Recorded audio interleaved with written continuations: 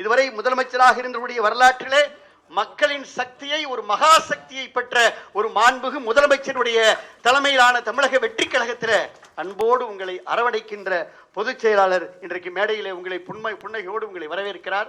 ஆக நல்ல காலம், நல்ல கட்சி, நல்ல தடம், நல்ல வழி, நல்ல பிளாட்ஃபார்ம் உங்களுக்கெல்லாம் இங்கே பணி செய்யக்கூடிய அரும்பாக்கியத்தை, வாய்ப்பை இன்றைக்கு தமிழக வெற்றி கழகம் உருவாக்கி இருக்கிறது. இனி நாம் எல்லோரும் ஒன்றாக இணைந்து கைகோர்த்து கரம் கோர்த்து அலை அலையாக, படைப்படையாக, சாறை சாறையாக, திரள் திரளாக, வெள்ளம் வெள்ளமாக, கூட்டம் கூட்டமாக தமிழக வெற்றி கழகத்தை நோக்கி எல்லோரும் இன்றைக்கு படையெடுத்துக் கொண்டிருக்கிறார்கள் என்றால் இதுதான் மக்களின் சக்தி, மக்களுடைய ஈர்ப்பு, மக்களுடைய எதிர்கால நம்பிக்கை.